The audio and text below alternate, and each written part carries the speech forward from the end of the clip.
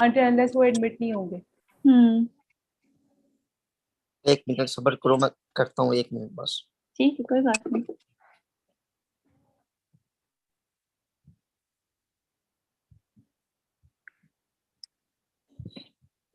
Okay, done done done.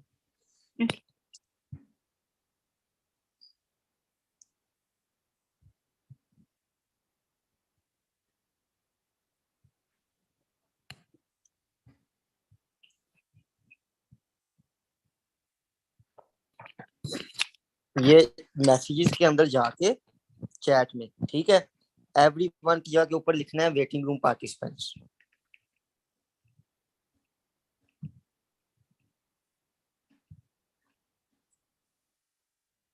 ठीक हो गया? ओके, तो अब तुम लोग उन सबको ऐड कर लो। वो इंट्रोडक्शन दे देना जो तुम्हें मैंने सेंड किया था। क्वेश्चंस तुम दोनों के पास हैं पहले से ही, तो बेस्ट ऑफ लक। मैं किसको, तुम में से किसको होस्ट बनाऊं? दोनों को नहीं बना सकते? नहीं, को होस्ट एक बनेगा, एक होस्ट बनेगा। कोई भी, एज लॉन्ग एज दोनों के पास कोई ना कोई एक्सेस हो, अगर एक बंदे का ड्रॉप आउट हो जाए। ठीक, रिया तुम्हारे पास स्टेबल है इंटरनेट? फिलहाल स्टेबल है, मगर कोई पता नहीं है। अगर तुम्हारे पास स्टेबल मेरा है? भी फिलहाल स्टेबल ही है, पर अभी कंफर्म नहीं है कि रहेगा या नहीं। गजल मैं तुम्हें भी करने लगा हूँ एक होस्ट। ठीक है, होपफुली सही रहेगा। ओके, मुझे तुम को होस्ट कर दो अभी फॉर द मोमेंट। मेरे नाम पे क्लिक करके आगे को होस्ट का ऑप्शन आएगा। ओके, ठीक है, मीटिंग ग्रुप पार्टिसिपेंट्स मुझे शो नहीं हो रही, ये तुमने अब ऐड करने हैं जो जितने भी, नहीं बल्कि मैं कर रहा हूँ। ओके, मैं दानियाल को कर रहा हूँ और नियाज को कर रहा हूँ। ठीक है, अभी बाकियों को नहीं करे। बाकियों को मैं नहीं कर रहा। ओके, और जो थर्ड स्पीकर है उनका इंतजार करना है या वो बाद में आएंगे? वो आ रहे हैं। Okay.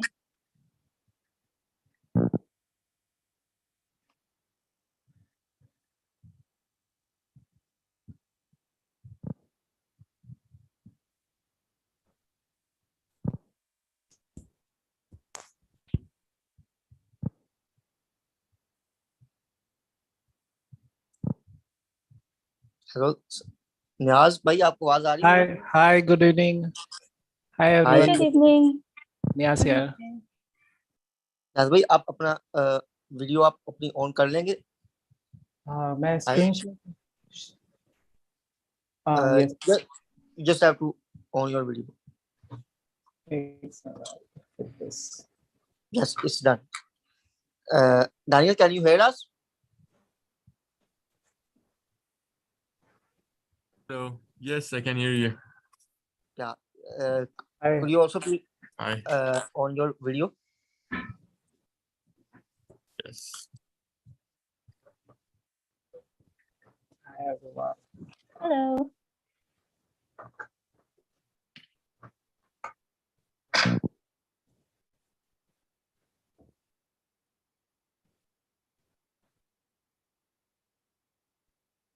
We just wait 2 minutes for Sir Babar to join us. Then we can start.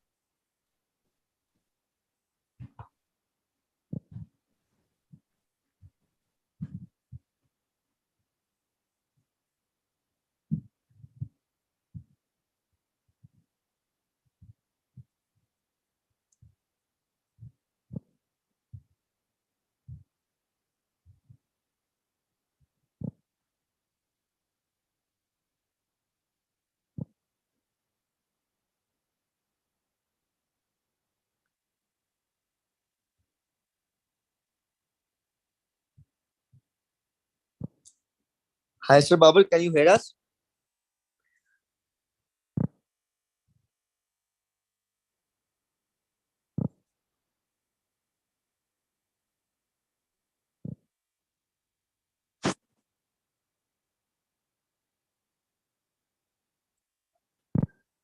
Sir Babar, your microphone has not been connected yet.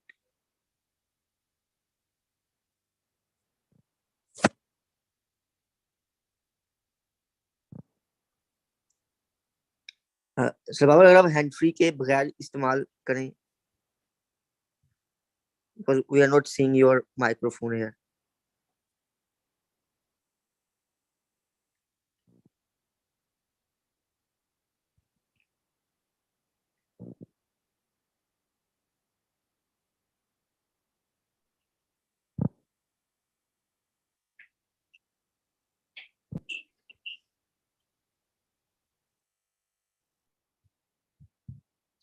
Hi, Sir Babar, can you hear us?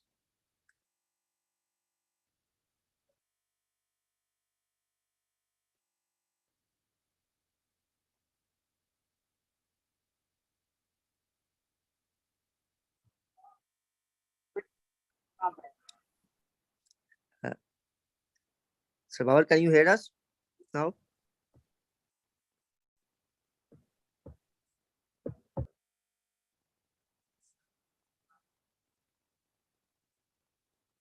Sir Babar, can you please open your mic for the moment? We're just testing any technical difficulties.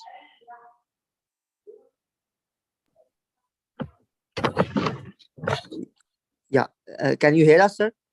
Yeah. Thank you so much for joining us, sir. Welcome. Start. I shall admit the.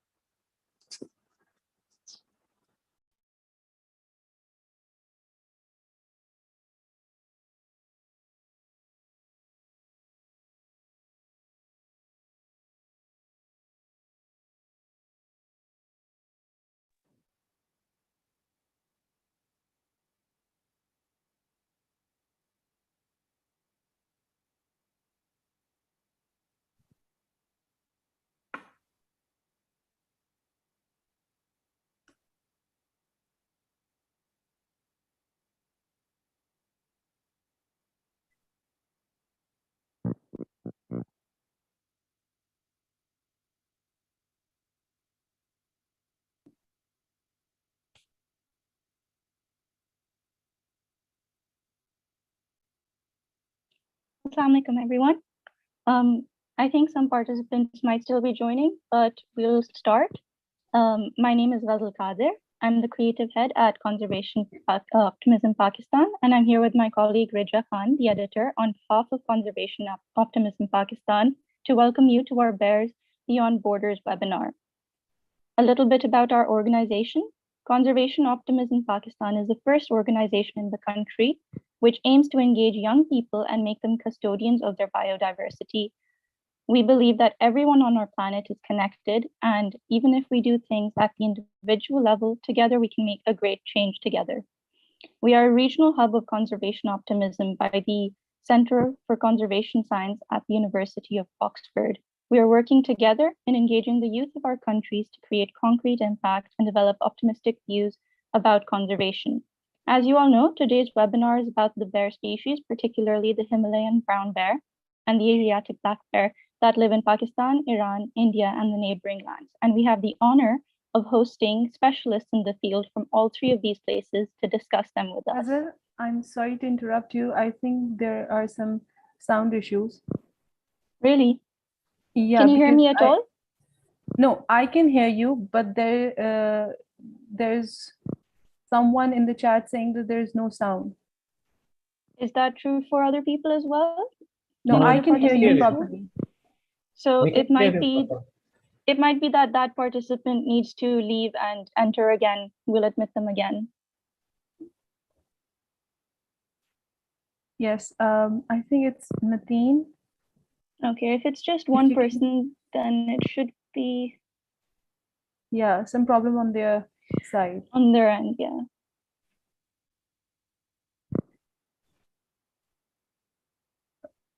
Okay, well, that was everything from me anyway. If you would like to do the introductions, and I'll keep admitting people. And if there's anyone who is not able to hear, please leave the chat and we will admit you again, okay? Thank you.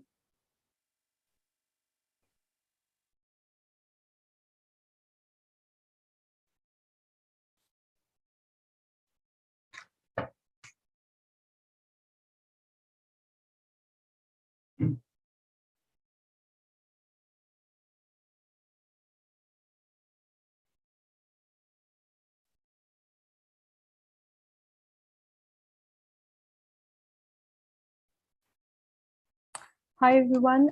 Thank you so much for joining this webinar. My name is Raja Khan,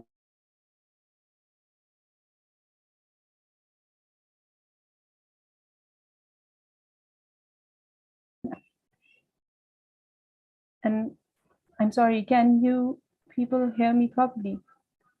Yes. Thank you so much. My name is Raja Khan, and as Hazel told you, I'm the editor for Conservation Optimism Pakistan. I'm just going to introduce you with our speakers for tonight. I'm going to start with Mr. Niazul Hassan Khan, who is a PhD scholar from Union Territory of Ladakh, India. And he's currently working as a junior project fellow in National Mission on Himalayan Studies. And his research focuses on ecology of Himalayan brown bear. So Mr. Niaz, can you please start with your talk?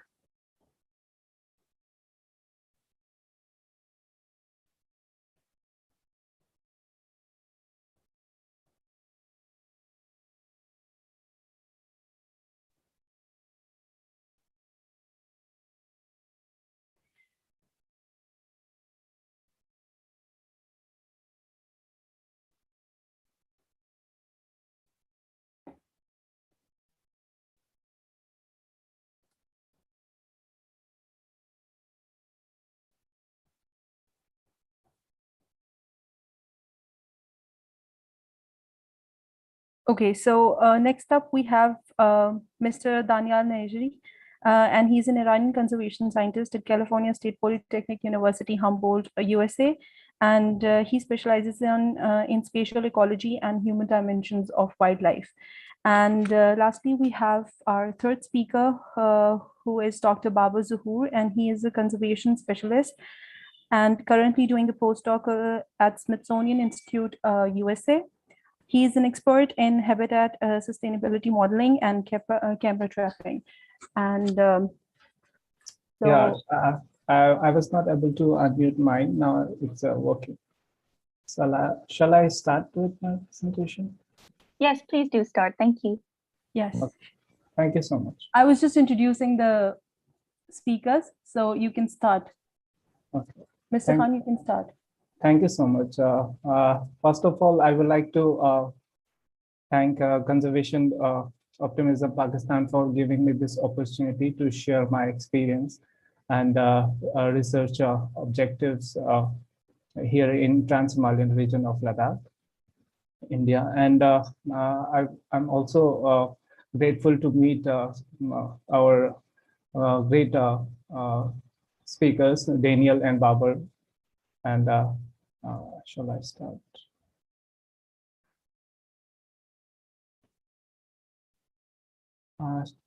I need to share my screen, but it's showing host disable participants screen sharing. Can you please resolve this?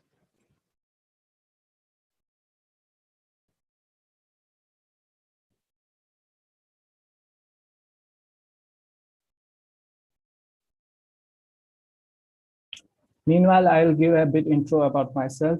I'm Niyazul Hasan Khan, a PhD scholar from Wildlife Institute of India. I'm basically from Kargil, Ladakh. I pursued my schooling from Kargil, and later I joined Wildlife Institute of India as a junior project fellow. And then I worked with the Wildlife Protection Department, Ladakh, uh, and started my journey with the research in the field of wildlife conservation. I need the host need to disable my participant screening. Miss Rija Khan, can you please disable this? Yes, I am doing it. Give me a minute, please. Sure, sure.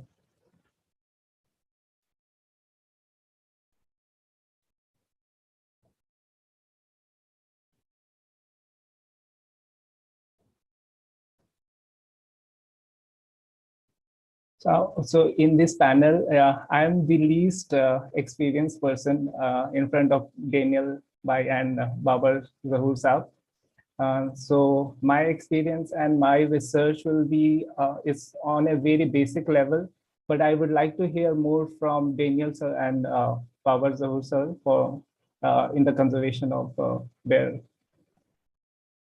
and its research.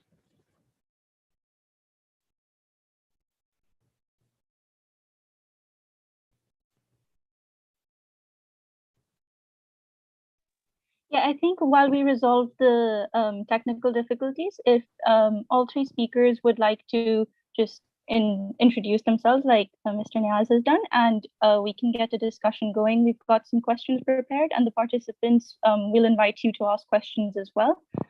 So if the other two speakers can please just give a quick introduction, and then we will resolve the technical issues. Thank you.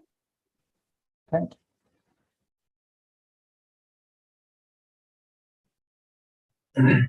Hello, assalamu alaikum to all of you.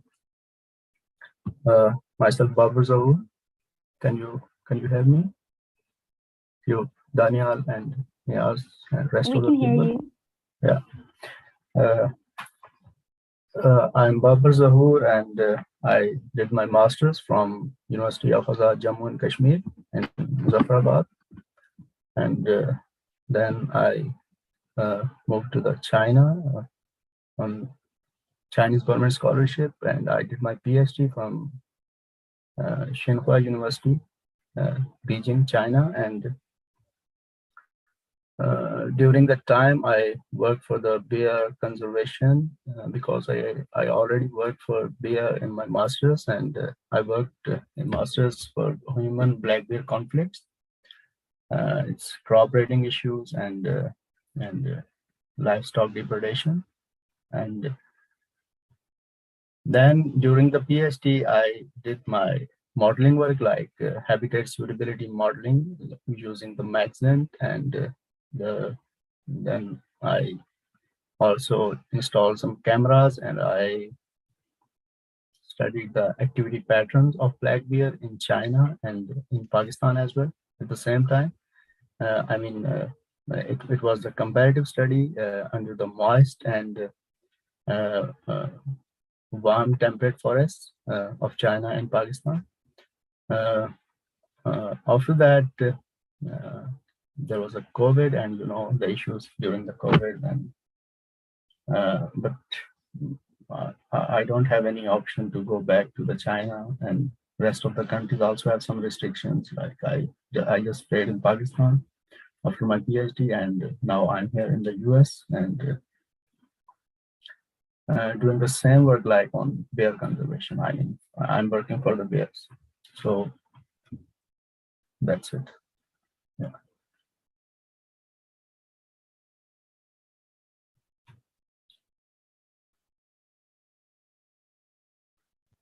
Okay, for a second, I couldn't unmute myself.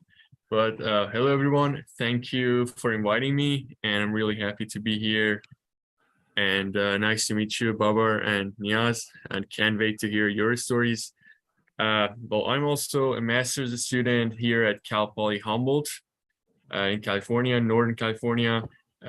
So I did my bachelor's in Iran at the University of Tehran. I studied environmental science. and I did my undergrad project on brown bear mortality in Iran, which we recently just published a paper about it that I will talk about it. And also I was involved in 3 different projects in 3 different parts of Iran about human brown bear conflict. And I also was participated in a project about, or in a study about habitat suitability of brown bear in the whole country. And I'm still working with some data that I've collected from Iran, especially human brown bear conflict data. And I'm also helping some students to do their research on brown bears and Asiatic black bears in Iran.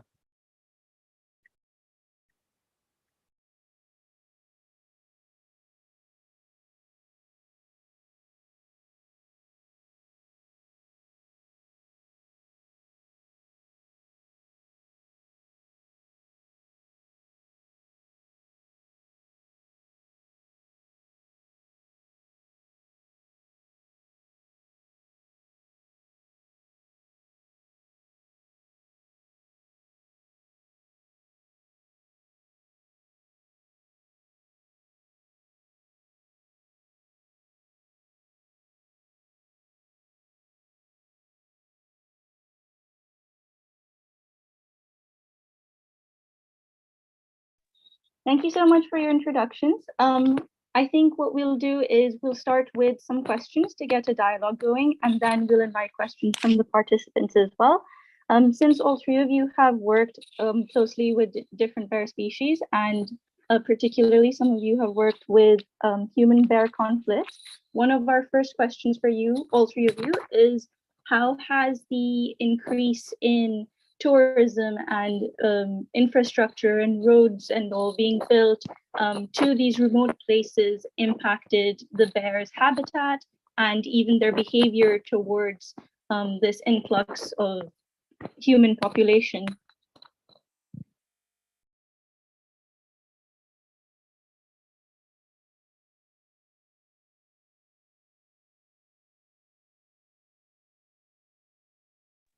Anyone can answer first, just an open discussion, just to share your thoughts.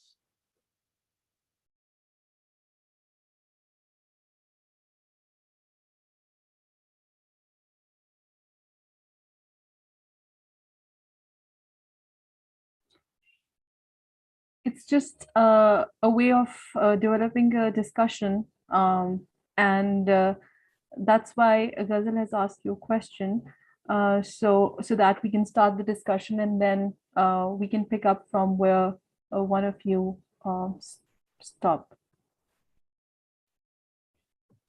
Actually, okay, you may speak.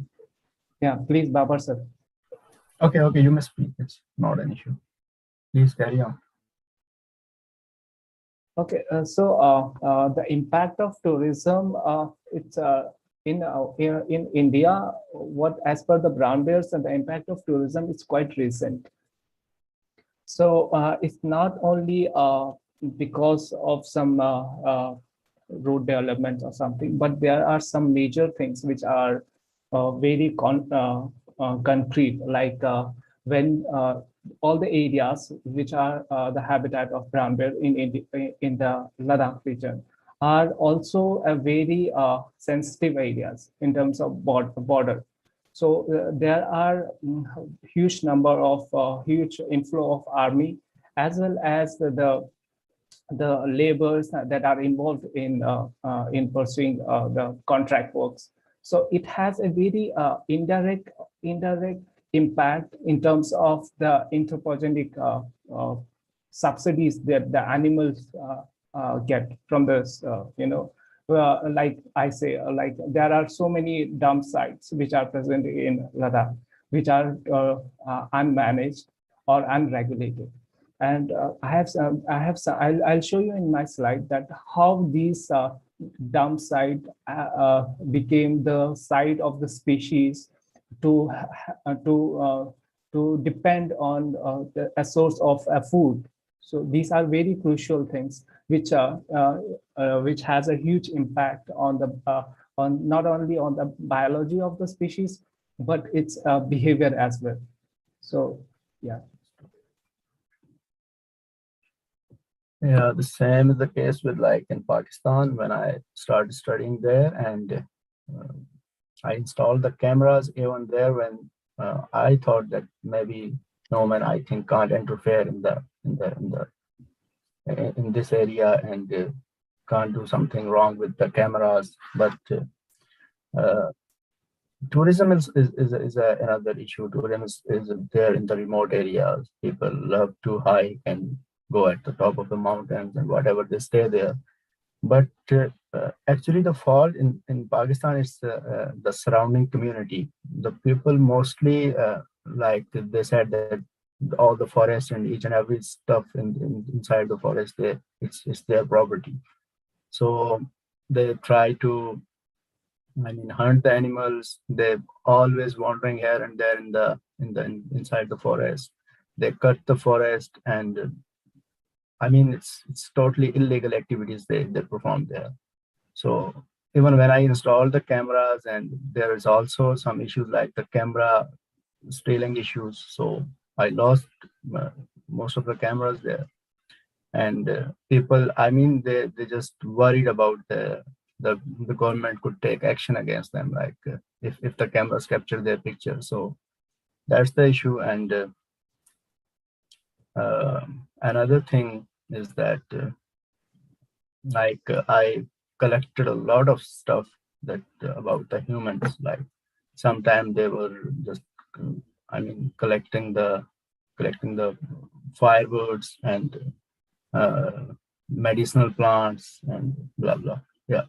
So these are the issues in especially in the Himalayan region, as Niaz said, that people are too much just interfere in those remote areas. And military is another issue. When I was during my master's, when I did my research, it was at the border area in the Lipa Valley, maybe you people know, and the same issue with that area, like it's under military control, and yeah, it's not good. It's not good. Yeah. Yeah, I think the same stuff is also going on in Iran as well. But an extreme case that I can think of is in northwestern Iran, which there's a famous mountain chain called Savalan, and there are lots of tourists and especially mountaineers, people that like go there for mountaining and for hiking, and lots of people. So there is apparently an individual bear, a mother bear with two cubs, that are getting habituated to people, because there are a lot of people going there. They're leaving their food and providing subsidies, basically some anthropogenic subsidies for bears, and they just get used to it. They just come and forage on that. And there's some videos going viral on Instagram and social media that there's that mother bear with two of its cubs, and people are surrounding it, basically, people that went there for hiking. And this is an extremely dangerous situation, as we all know. Yeah, And absolutely. Especially, yeah, I think the brown bear is most dangerous.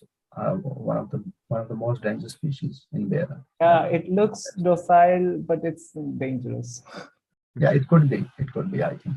And another issue, the last day I was talking with one of my fellow here in the lab, and I mean, in the countries like in US, in the Europe, the people care about that. Like if they go somewhere for the tourism or something like that, they have some. I mean, they try to do something. Try to collect all the stuff, whatever the food they have, and just dump it somewhere and do such kind of things. But we people, when in our area, the people go to the forest, and most of the time they throw the food outside there, and nobody cares about that, and nobody try to dump that, or nobody try to put in the bins or something like that. So that's maybe the issue that attract the bears towards the community, and such incidents happen. Yes, like Babar sir, I can now I can share my screen. Shall we start with the presentation? Sure. Are you guys can see my screen? Yeah. yes. Yeah, we can see your screen. And we do have a question from one of the participants, but I'm really glad to get questions from participants. As soon as the presentation is over, we'll start taking your questions and engaging in the discussion again. Thank you. Okay. Shall I start my presentation? Okay. Yes, please. Thank you. Thank you so much. Thank you so much. So I first of all, this the title really amazed me, the Bears Beyond Borders, because what I realized lately is, these species has a very important role in connecting the countries together. So this topic really motivated me, and then I said I was really optimistic, as it says, about giving my sharing my experiences. So before going to my basic research, I would like to give some inputs on the bears in India. So India, giving a reference of India, it's one of the mega biodiverse countries in the world, and it has a global biodiversity hotspot. Two realms are there, 5 biomes are there, and so the dynamics of diversity is such that there are 10 biogeographic zones in this landscape. And out of 8 bear species, 4 bear species are present in the in India. So the bears in India, the 4 bear species that are present in India are the sloth bear, the Asiatic black bear, sun bear, Malayan sun bear, which we call, and the Himalayan brown bear. So talking about the distribution of these species in India, I would like to give a very brief insight about it. So let's first talk about the sloth bear, which has a very wide distribution in India, and it's almost close to the lower Himalayan region. And the Wildlife Protection Act has given us a strong status to the species, and in the Schedule 1.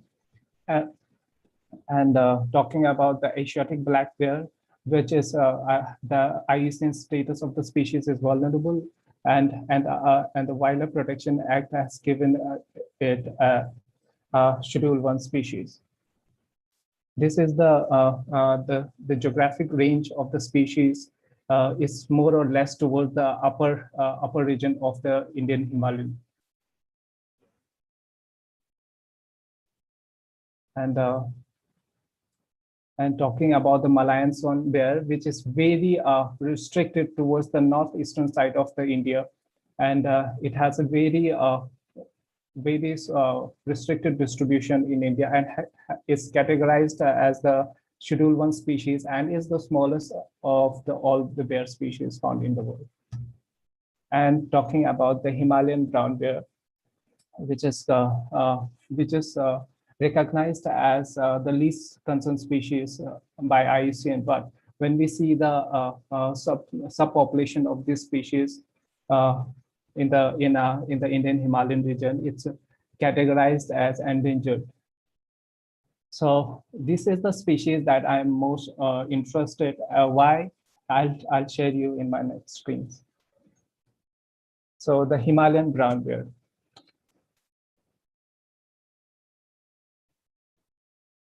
I don't know, there is a yellow screen, yellow lining. Oh. Yes, the Himalayan brown bear, the species of my interest, I would like to say. Why it interested me is, first is I was very amazed when I get to understand that these species are as a good sleep and sleeps so well. And I'm very passionate about sleeping. So understanding these species and how these species survive in such cold climatic conditions and go into hibernation, like the sleep mode, we say, for such a longer period, that really amazed me on a lighter note. But the major thing, what I found was that there was a very huge data deficient from India. And quite recently, only in 2008, first study on the ecology of Himalayan brown bear was conducted in Kuki Wildlife Sanctuary. And understanding these species as a very, when I read about the Himalayan brown bear from Dr. B.C. Ratho's thesis, I understood that these species play a vital role in the ecology of this landscape, as these are omnivorous species and has a very, and majority of their diet, according to Dr. B.C. Rathod, it's around 75% of the diet is plant-based. So it's more plant omnivore. It like prefers more vegetation than carnivore. And there was a huge knowledge gap and the research gap in India regarding the Himalayan brown bear. And and about the status and the conservation of the species, I found a very little information about the species, and which interested me that like having such a huge animal in our Indian Himalayan region, and we have a very little information about the species. Like we have like tigers, a leopard, we have ample of data about it. But when we say the species like Himalayan brown bear, we have very little information.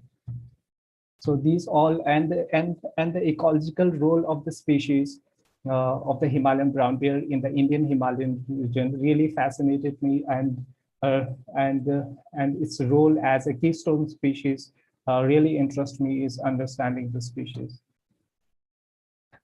Then I chose my work to study the ecology of Himalayan brown bear in the Trans-Himalayan region of Ladakh, which is my hometown as well. So I was truly blessed that I could work in the landscape which I know from my childhood. And although I haven't seen this species till 2017, so in fact, my first sighting was in Kuki Wildlife Sanctuary in Himachal Pradesh, where I started my journey of doing research in wildlife.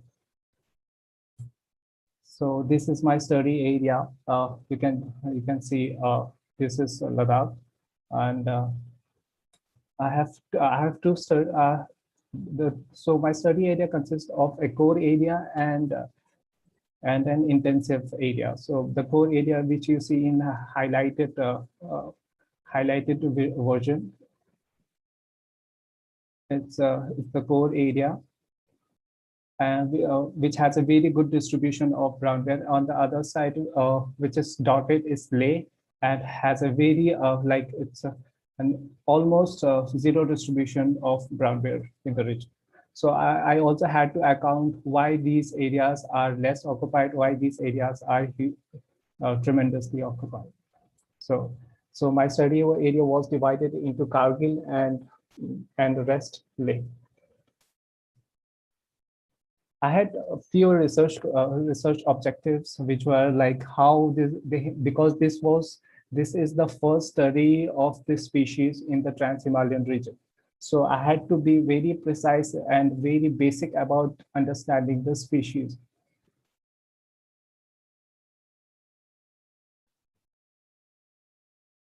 So my first objective was, my first research question was how these species use the resource in the study area. Because when I know if I know the area is very scanty, very vastly distributed, and the vegetation is very less. So how these species use the resources in that area, and what are the factors that influence den site selection, and what is the dietary pattern of this Himalayan brown bear in the study area. So, and I also wanted to account the density and the distribution of the brown bear through scat DNA analysis, which is going on. And lastly, I wanted to look at the interaction between the humans and the brown bear in the landscape, whether it's positive, neutral, or negative. and what is the nature and the context of conflict, and how we can develop this positive interaction to brown bear tourism to act as a secondary source of livelihood.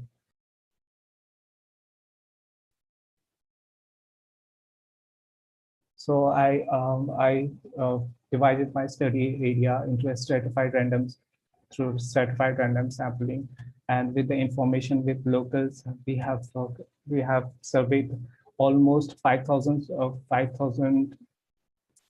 kilometers of the Kargil region, and we have found very interesting signs about the species, like you can see here in the screen.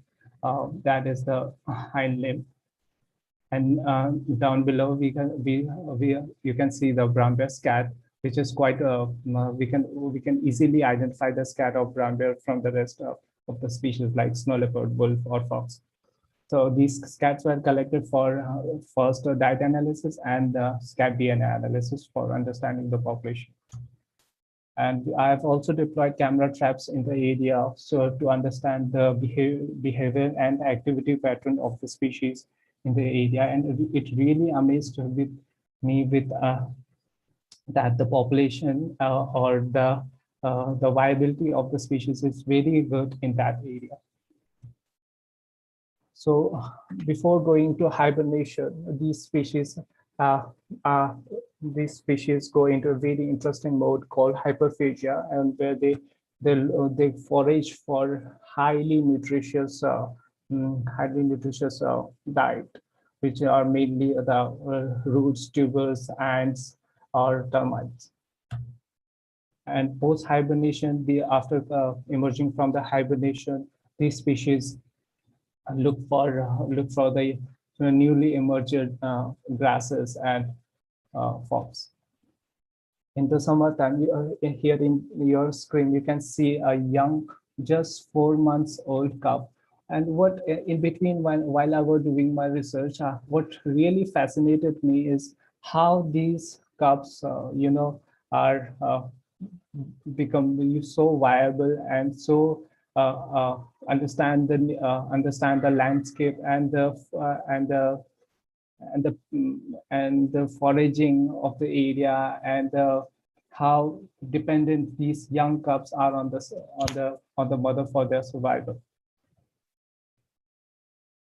And before understanding the species, it was very crucial for me to see how the habitat is utilized, how the resource is utilized, how the landscape is utilized by the settlements or by the locals. And it was very crucial basics understanding. So, and here in this screen, you can see people grazing, taking the livestock for the grazing. At the same time, you can see a brown bear on the top center. So the resource partitioning understanding the resource partitioning was very crucial. And in these green patches are the Hariculum plant, which is a primary plant of the species. So the understanding the resource use was very crucial in this landscape. So, and the utilization of the utilization of the area by the locals and by the locals and for the agriculture purpose, and how these landscapes are dynamically divided, and how it has impact on the species. That was very important to understand. And with this, I came across that not only the humans are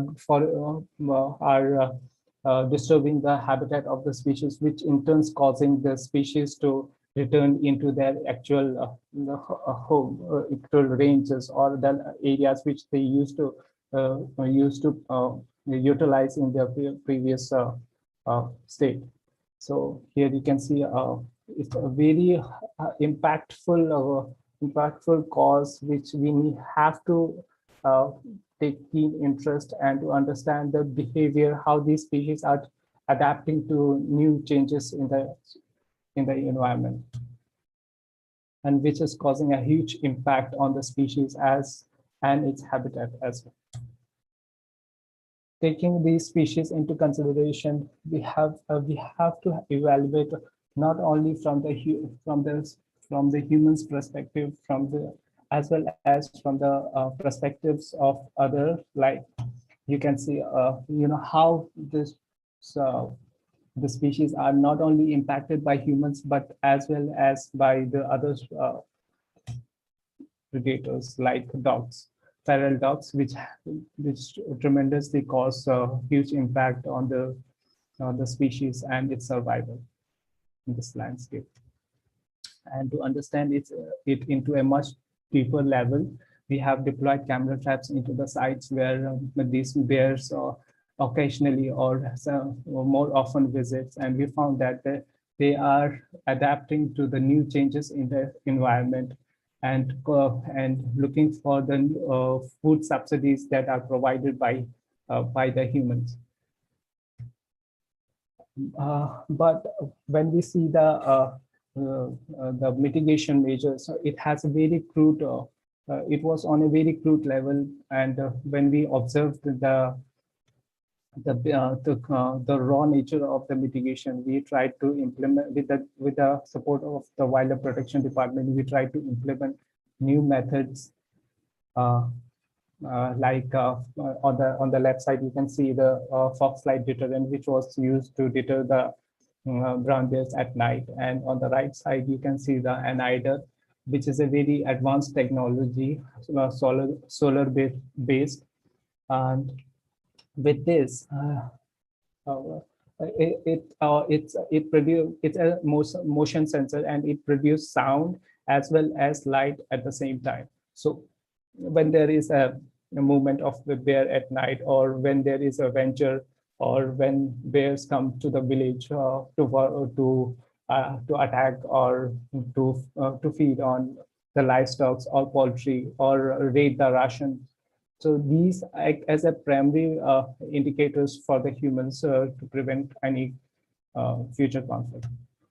So understanding the species was very interesting, but at the same time, understanding the poop of the species was very crucial for me, and it really fascinated me that how we can easily decipher the information from their poops. So this on the left side you can see a pre-hibernation poop with the seeds of the white rose, predominantly eaten by brown bear. And on the center you can see the post-hibernation poop, majorly the grasses, the young seedlings. And interestingly, as we all know that how plastic has deeply introduced in our life, and so in the diets of the brown bear.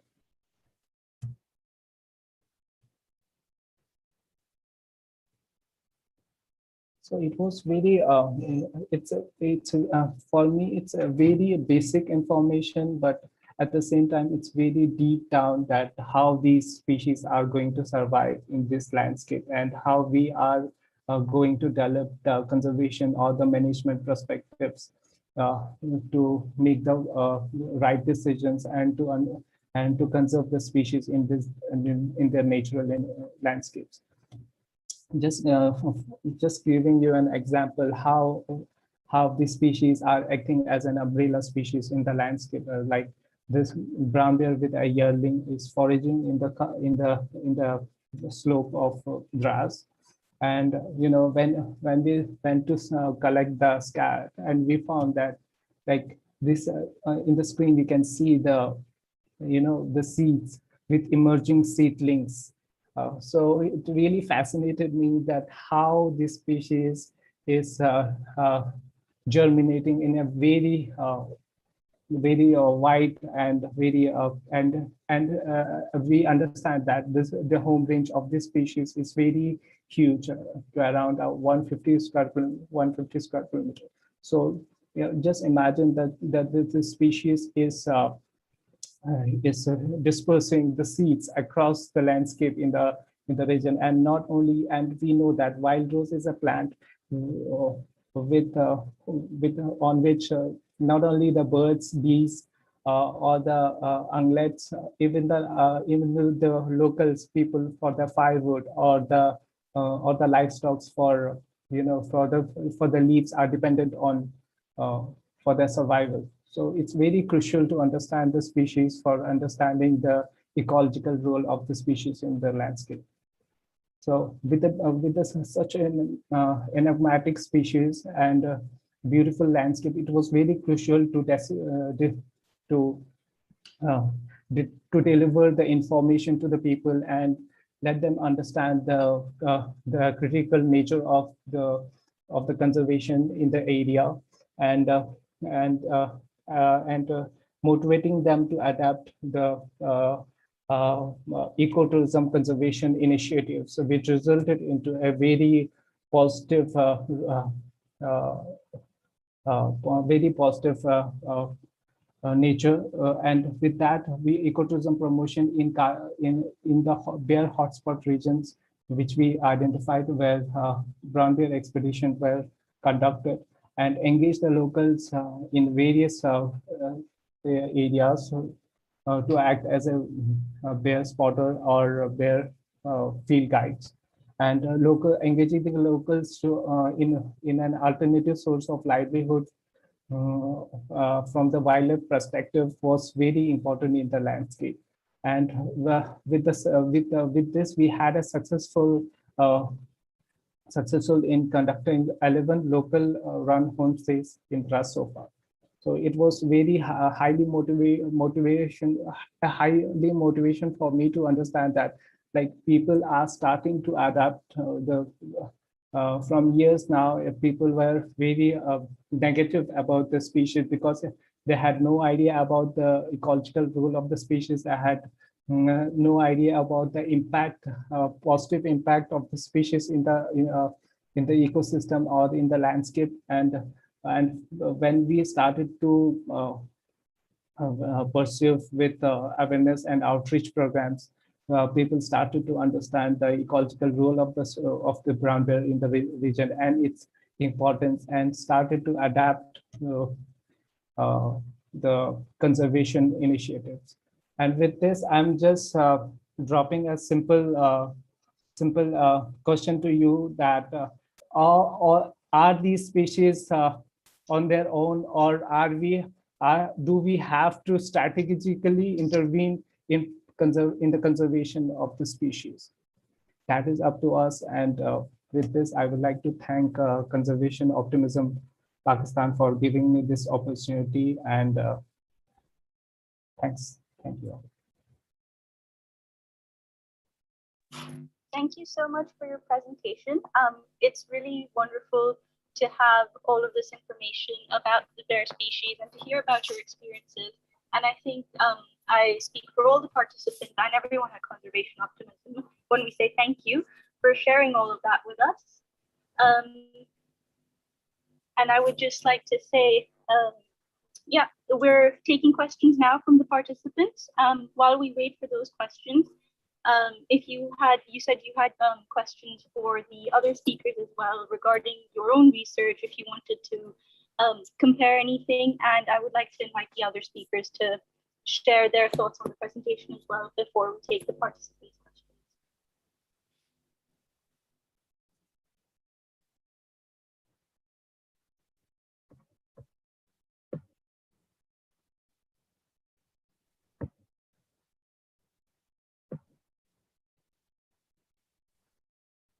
I think we have one question in the chat. It is from Anindita. I hope I'm pronouncing your name right.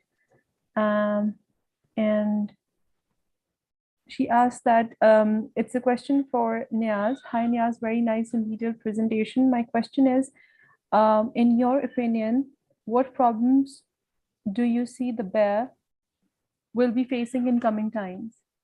From a very management perspective, I would like to say that the first problem that are going to face is the development that is going in the region, because the area is not categorized into any protected area. There are not even a single wildlife sanctuary or a national park in the Kargil region. So it's going to impact huge, because yeah, you don't need any clearance from the environment or environment impact assessment in the region. So that's very crucial for us to understand that these species needs to be protected with some status. So, and unless or until we don't bring these values to the people and to the policymakers, it's going to get worse and worse in the coming scenarios. Thank you. Thank you so much. And if any of our other speakers want to add something in this, you're welcome to do that. And yes, your presentation was good. Yeah, it was awesome. Like the number of bears stuff, like the pictures, the videos, the whatever you showed. I mean, not the videos. Sorry. Thank you. But here is the comment in the comment box. Like someone is asking you about RS and Janjua. It's nice and fair presentation. No, that's another one. Where it is. Yeah, I like to bring your attention to the map showing PPT by Niaz. It's controversial. Most of the Pakistan region shows an Indian part.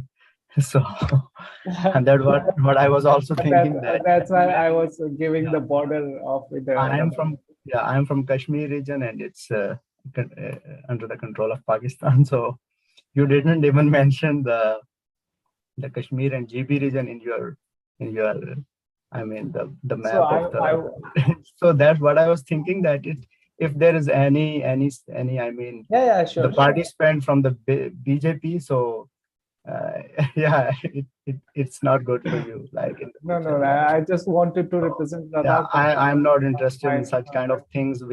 I think we should not notice. Yeah. Because it's not good. We are working for the conservation, and like the whole world is over. There is no any border, nothing. So I don't believe like there is anything like. Absolutely. We need to mention like it's an Indian region or it's a Pakistan region. So don't care about that. So the another thing I would like to share that you just mentioned the range of the bears, like the IUCN range. Yeah. But it's not actually the range of the bears for now, because it's the historical range. It's not. Most of the range of the bears have That was just for the representation of, as a geographic perspective, extent geographic. But it's a historical range. It's not. I mean, it's not the exact and correct range. Right now, most of its part has been shrinked. Like it's not the exact range. Yeah. So you need to care about that. And for the Himalayan brown bear, you said that it's an endangered species. How you categorize? I mean, it's under Indian Wildlife Act or something else, because in the same slide you are showing that it's a least concern species, like in the IUCN. That's what I want to mention, that since the brown bear was categorized globally as least concern, but when we see the supplementary sheet of the IUCN red list, there they have categorized the species as endangered, the Himalayan region. So on that basis, I'm telling that this was just for the information perspective. You should mention in the slide, like it was mentioned. Yeah, it is mentioned. Sorry, in the slide. Then I could not notice. Yeah, sorry.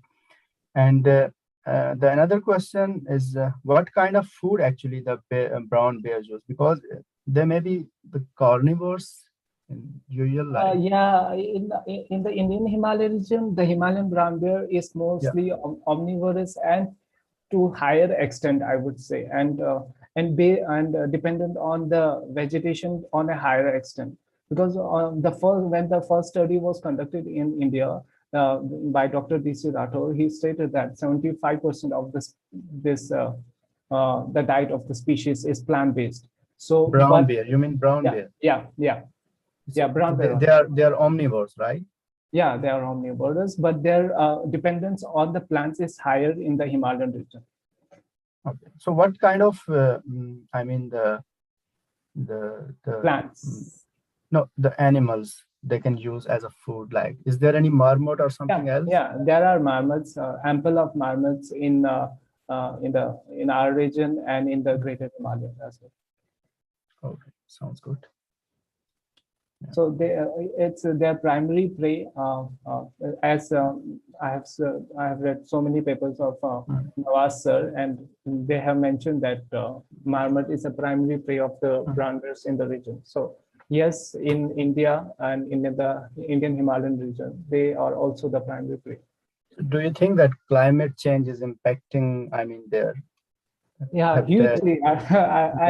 Especially because we need to understand the criteria that the bears go into hibernation. So first is scarcity of the food, and second is the cold climatic conditions.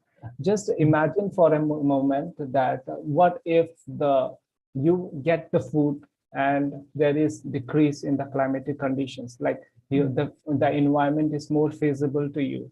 What you will do? You will look for other, look for food subsidies and you forage more, right? That is what going on in this region actually. So they are looking for food, and sometimes incidences with the I'll share you a very interesting story. Back in 2019, there is a village where these people like हमारा जो हलाल होता है वो वैसा हो गया था, मतलब मुलदार हो गया था, जड़ का हो गया था. So the people had to throw the huge cow, huge buffalo to the valley. They threw the buffalo to the valley, and this bear and a yearling was lured to it. And just for the whole winter, वहीं पास में उन्होंने resting then बनाया, और वहीं पे ही जहाँ पे where there was this the kill was there, what the carcass was there, they continuously tried to went to I could see the trail going and coming. You could see how the just a small subsidy changed the behavior of the species for this moment of time. So it has a very huge impact, not from the food of anthropogenic subsidies, but from the climatic change in the climatic condition. That's what I'm thinking also. Like the climate change is not only shifting their, I mean, the hibernation and such kind of things, but it's also impacting on their behavior. So that's the major issue. Because they are trying to get some food, and at that time they have no food, so a lot of incidences could happen. And the spectrum of conflict is very interesting in the Himalayan region. When you go to the Greater Himalaya, the conflict, the level of interaction is different. When you go to the Trans Himalaya, the level of interaction is quite different. In the Greater Himalayas, there are orchards, apple, जिन पे ज़्यादा forage करते हैं. But when you come to the Trans Himalaya, there are ration raids, poultry attacks, different level. The context of the nature and the context both changes with the landscape, with the change in the landscape. But the species is same. The another big issue, like we don't have a proper, I mean, the exact figures of population. I mean, it's not possible even to figure out like how many bears are there in with the joint side, I would but say just we make some estimation, and overestimation is actually not good. It's not good. But with the joint effort, we can actually tell the population of the species. So you talked about the population, and it's not so easy. It's not an easy task. Like if we say that Pakistan have a 1,000 individuals of black bear. So it's not the Yeah, exact. Yeah, it's not, because the most of the time we published our paper, it's just based on a fake data, and it's a big issue in our region. Like, hopefully we are going publish to whatever inside. We just try to show the others that we have a lot of data. We collected a number of population, but it's not exactly the what we need to do. Yeah, it's not a good way. absolutely. Before we move on to a different topic, I just wanted to say the question you asked about climate change, Barbara, was very good. And we were hoping if we could get a little bit more of your perspective and also more of Danielle's perspective about climate change impact on the species in Pakistan and Iran, because we've heard about the impact on India. But if you and Danielle would also share climate change impacts, particularly about the species you study. Sure. Well, thank you, Niaz, for the great presentation. I have so many questions from you as well, but I might just leave them for later. But about climate change, there have been a couple of studies done in Iran, both on brown bears and on Asiatic black bears, and both the studies for both species showed that climate change is declining their suitable habitat, and they're moving to higher altitudes, which, as I checked Babar's papers, they found the similar results in Pakistan for black bears as well. And well, I think it is in line with a couple of other studies in Europe that I see that Vincenzo is also with us. They also found like some similar stuff, that how bears change their behavior and foraging patterns with climate change. So I would say Iran is also not an exception, but I would argue that we still need more systematic data to be able to model it better. In Iran, there are so many habitat suitability models being produced, but most of them are based off of some arbitrary data, some like opportunistic observations. So I think to better understand the impact, we need some more data, which is now limited because there is limited field work going on. There's limited tools such as camera traps or radio collars. So yeah, that's my input.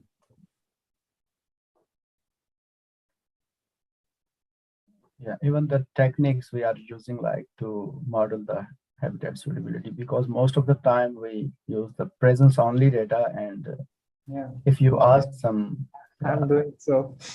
yeah, that's what, yeah, because we don't have the absence data of the species, so it's also the big issue. Yeah, in modeling, in the perspective of the modeling, if you use only the presence data, so it's not good. Yeah, but we have Thank you so much. Sorry. Yeah. Okay. I was You going to say, do you all think that there is potential for data from different regions to be shared, and if that would be helpful, particularly relevant to the topic of this webinar, Beyond Borders? So do you think if researchers gathered data and shared it with each other, that would be helpful? And is it possible to share this data with each other? Yeah, definitely, I guess so. Yeah, I think if someone needs the data, I think he or she can talk with the corresponding author. It's a best way. It's a legal way, right? Like if you just ask to me or Daniel or Niaz, I don't think it's a good way, because corresponding author have the authority, and he or she we can share the data if you people. But most of the time, the professors are so helpful and kind, and they don't bother whatever you use that data. But yeah, you should ask probably to such kind of peoples, like the professor, the corresponding authors. Yeah.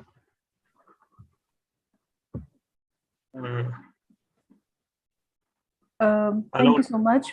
We have another question, and that's from Hussein Ali, and it's specifically for Niaz, but all of you can answer. So he's asking, we have in northern Pakistan the most stable population of Himalayan brown bear, and it is in Deosai National Park. Is there any such place on the other side of border in India with the most stable population, or there are many stable bear populations? Since I have mentioned in my presentation as well that this species needs to be studied really well. The distribution of the species in the, this is just a smaller part, like in the Indian Himalayan region, like Himachal Pradesh, Uttarakhand, and the Ladakh, and the Jammu Kashmir as well. So there is not an overall distribution and what is the population of the species in all these 4 states in the Indian Himalayan region. So there is a huge data deficiency, from the Indian perspective, I would say. Thank you so much.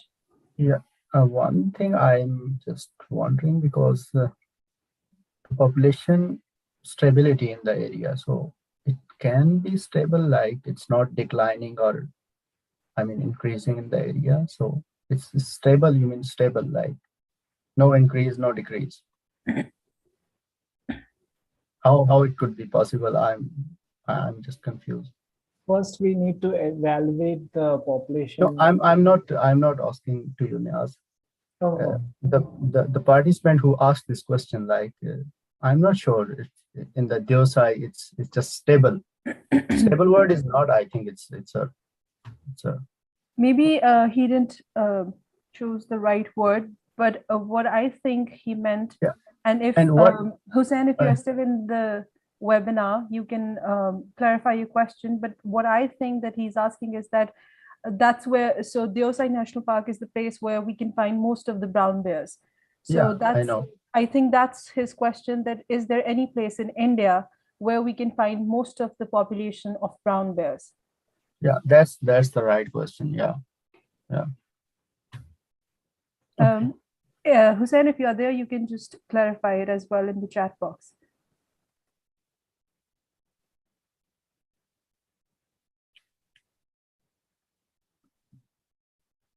So are there any other like population estimates available in India or Pakistan? Because in Iran, except for 2 local studies, there's no population estimation of the whole country. I don't think it's there's any exact figures, like it's just reported figures, and I don't believe. Yeah, it's not correct. Yeah. Not from my side as well. Yeah. Lot of wrong information. I think the people try to show there is nothing, but they said that we have 100 individuals, we have 50 individuals, we have 30 individuals. So, and there are no such parameters they said, like to monitor the species, and we don't have any idea like how many. But doesn't camera trapping help in identifying? I don't think. No way. No. From camera trap, how you can say like there are 50 number of individuals in this area? We can only tell the abundance, not the. Exact. They are unmarked species, so. Okay. Another Okay, question thank you so we have from Hussein Ali again is the person. So the people, do local people report direct killings of their livestock in the areas? Niaz, this question was for you, but all 3 speakers are welcome to answer it. How do the local people behave with the bears in the area? And since you all talk about conflict, what is the conflict? Are there reports of like livestock killings and any other instances related to that?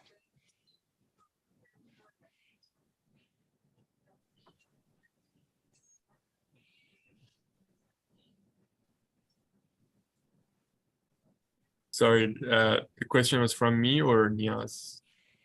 The question was directed at Niaz, but all of you are welcome to answer it, just regarding your respective species.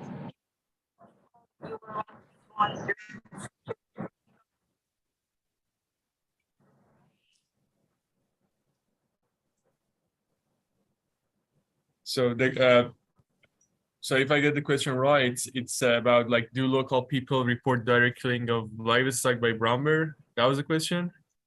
Yeah, that's the direct question, but just Okay. generally local people and their responses to bears encroaching on their area.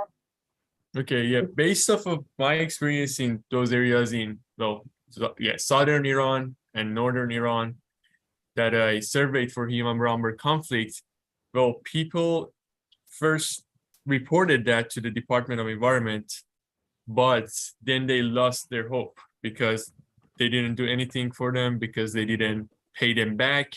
So eventually they lost their hope, and also there is a fine for killing brown bears. So people were really pissed off about it. They were like, well, we cannot kill bears, and also when they kill our livestock, we cannot report it, or if you report it, there is no use, nothing will happen. So what should we do? I mean, I also need to note that, well, unlike Europe, most of the conflicts that was happening in Iran was basically brown bears depredating on orchards, first of all, not livestock. The human brown bear livestock, brown bears don't really attack livestock or don't really depredate on livestock in Iran. The conflict is mainly with orchards and then beehives, and then to a lesser extent, livestock.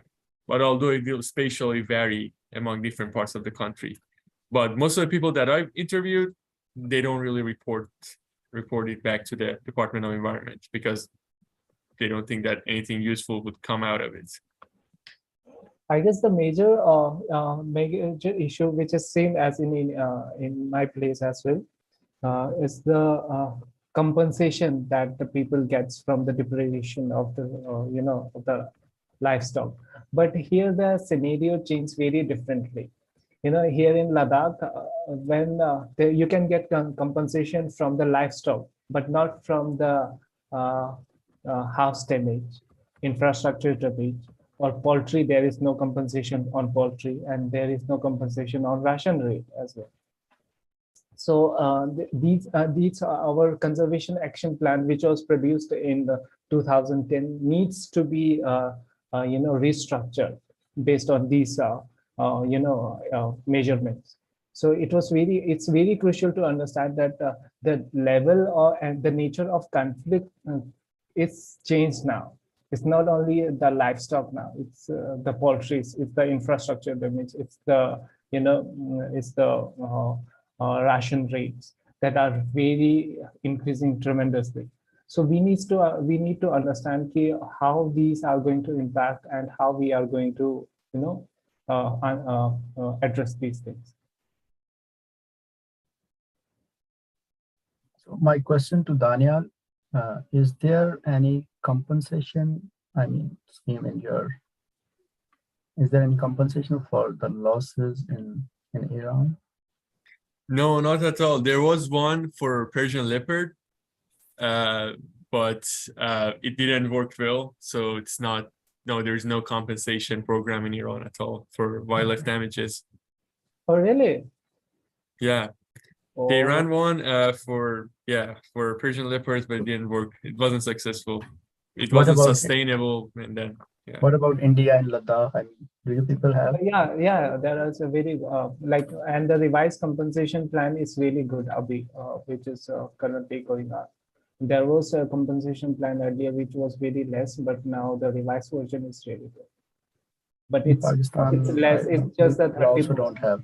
Yeah, we people also don't have such kind of programs, like no really? compensation, nothing. So other than compensation and helping the local population, is the government actually engaging in any initiatives to support the species and to conserve the species, or is it mostly sort of conservation organizations, private organizations, or is the government in all three of the countries doing anything to help the species thrive?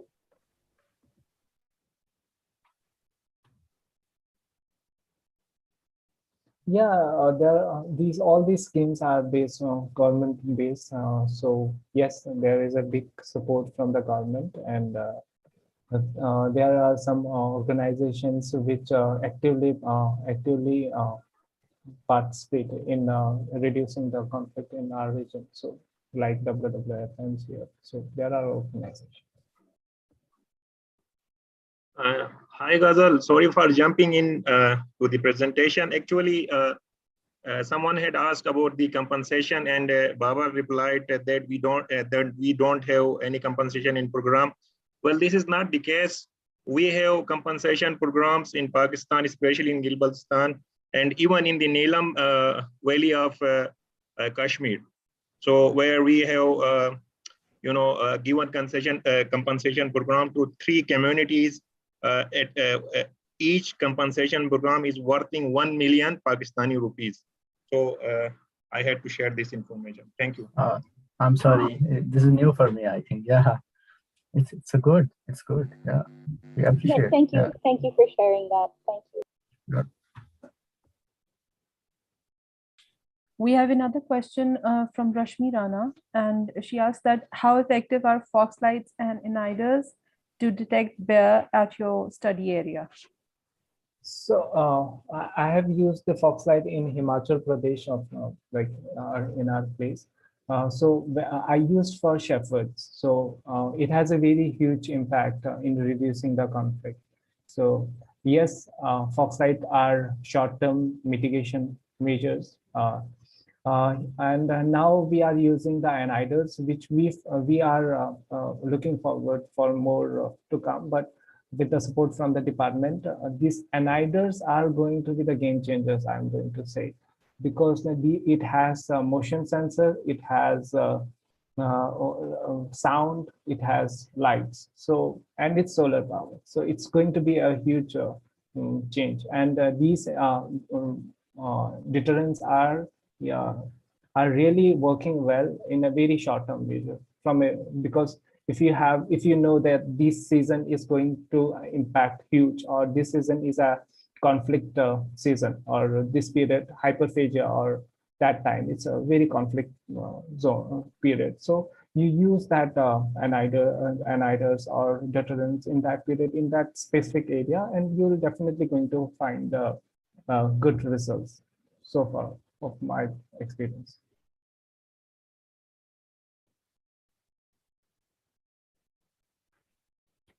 Thank you so much. Hussain Ali has asked another question, and he says that which method, and this question is for Niaz, but all of you can answer it. So he's asking that which method you will use or has used for estimating bear population in your study area. If I'm not wrong, you said you're using DNA technique. We recently used direct sighting technique, double observer survey method, owing to the arid and non-vegetative habitat. Is such possibility exist in your study area? So I'm using the occupancy survey to estimate the distribution of the species in the landscape, and scat DNA analysis, I'm using scats. So scats as a potential indicators of the species in the landscape. So yes, I'm using scat DNA analysis. A double observer, I'm not using it. Scat DNA analysis to estimate the population of the species in that area. And to understand the distribution of the species in that area, I'm using occupancy survey through polygon search method. Thank you so much. And if Daniel and Baba, you can also add into this that which techniques you are using in your respective areas.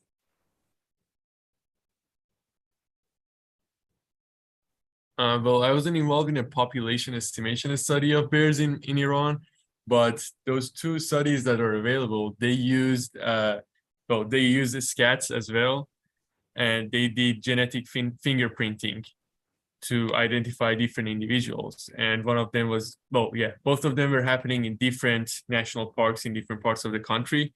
And according to some recent studies that were published as a special issue in Global Ecology and Conservation Journal, they identified that apparently these for Asian bears and for estimating population of Asian bears, using this combination of a spatial capture, recapture, and genetic fingerprinting is the best method for estimating population.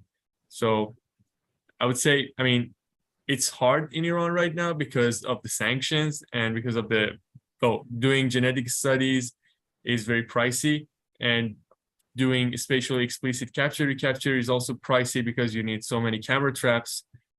But I think this is just a big knowledge gap, as also Niaz and Babar mentioned. We don't know anything about the population of bears in Iran. So at the end of the day, we need to do that. Yeah, I have shared that I didn't work for the population, like I'm working for the distribution and camera trapping and activity pattern, and I didn't go through with this DNA something or something like that. Yeah, DNA extraction or doing something. Yeah, nothing.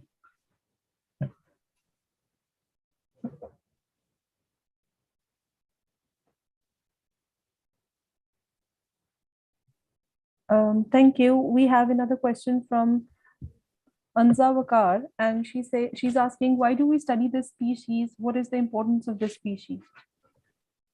So what I understood was it's just imagine a scenario where there is a grandfather is there, and he's looking after other kids and all the family members of the in a joint family. Being curious why this grandfather is there, why all other are doing their own work, why the grandfather is there while he's just lying on the couch and staying there, like what he's doing. That was the question that ignited me. So the ecological role of the species in the landscape was very crucial. And just imagine that this species,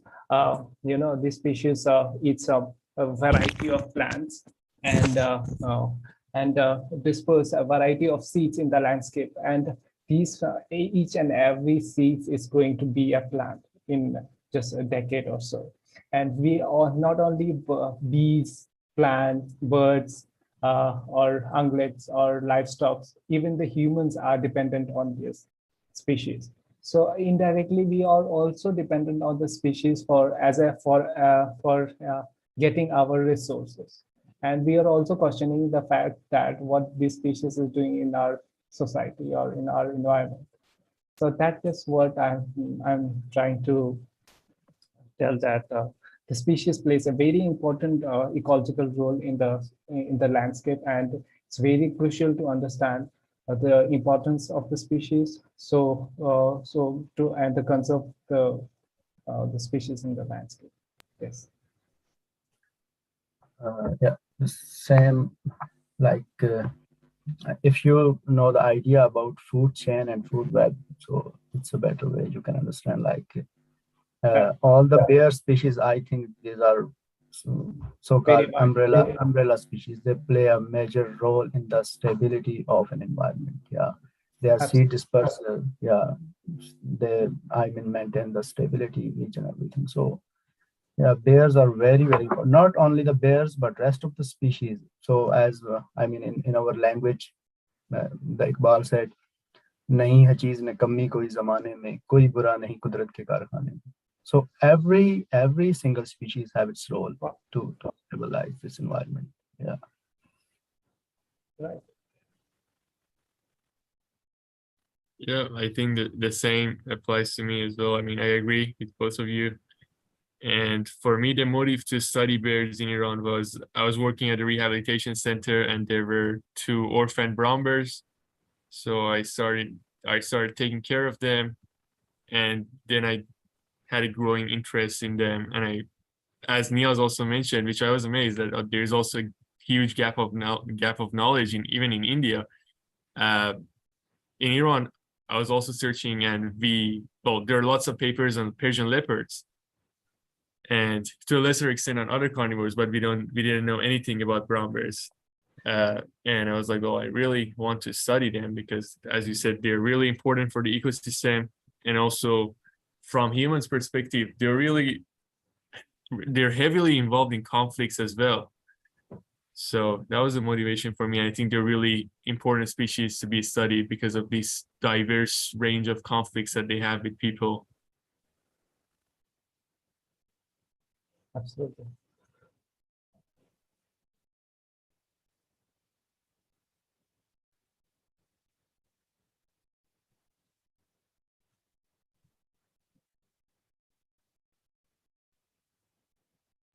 So we have another question from one of our speakers. It was from Basharat Ahmed. It was regarding the impact of barbed wire fencing on the bear population. I think this was again for Niaz, but all of you are welcome to answer it. So barbed wire fencing and its impact, or any other such equipment that's meant to keep the bears away from, I suppose, local populations or their belongings and things. What is the impact? How do the bears respond to it? Are they greatly hurt by it or not? So we need to understand one thing, that there is a short-term mitigation measure and a long-term mitigation measure. All these barbed wire fencing, foxlight deterrents, and others, and all these things are just crackers as well. So these are the short-term mitigation measures, just for the as a primary line of defense. So these, yes, barbed wires are effective in a way, because it's preventing the infrastructure damage or barging of the bears into the houses, and keeping the people's life in safety. So yes, barbed wires are quite effective in a way.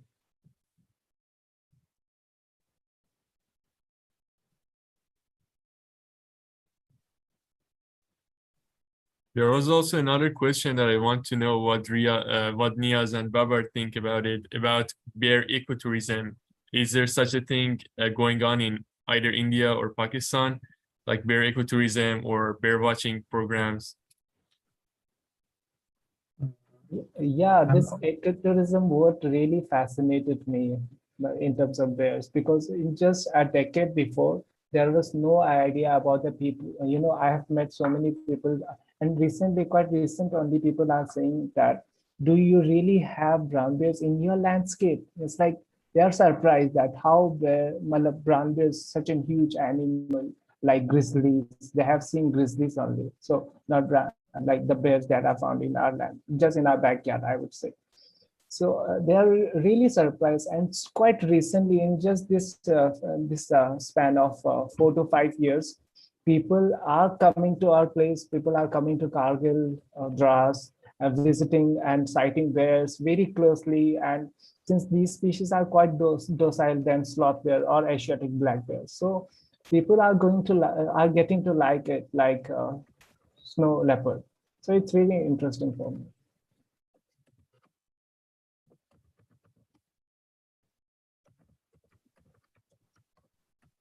What about in Pakistan? Is there a bear watching program or like bear ecotourism? Is it a thing in Pakistan?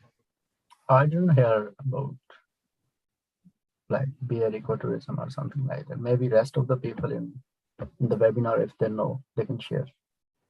Yeah, that would be great. Yeah, because in Iran, it's well, we don't have such a thing as like tours that are specifically designed for going there and watch bears. But there are definitely some wildlife tours that, well, their primary focus is not bears, but they'll see bears eventually, and they put like the picture of bears on their posters for advertisements. Say, oh, you might see bear, or we are going to a bear habitat. Yeah.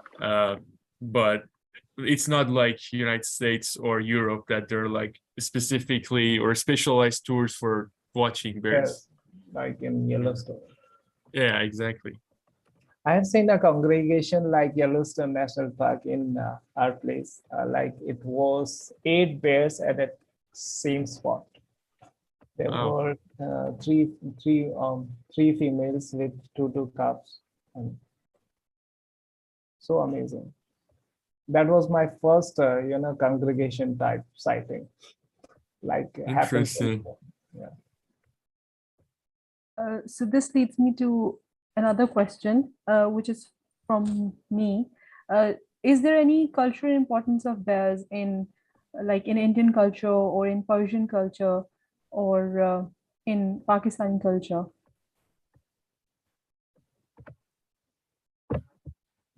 Please repeat the question. I'm asking that is there any cultural importance of bears in your respective cultures? Indian or Persian or Pakistani? Let's start with Persian culture. Daniel, can you start it? And then Indian, and then Baba, you can answer for Pakistan.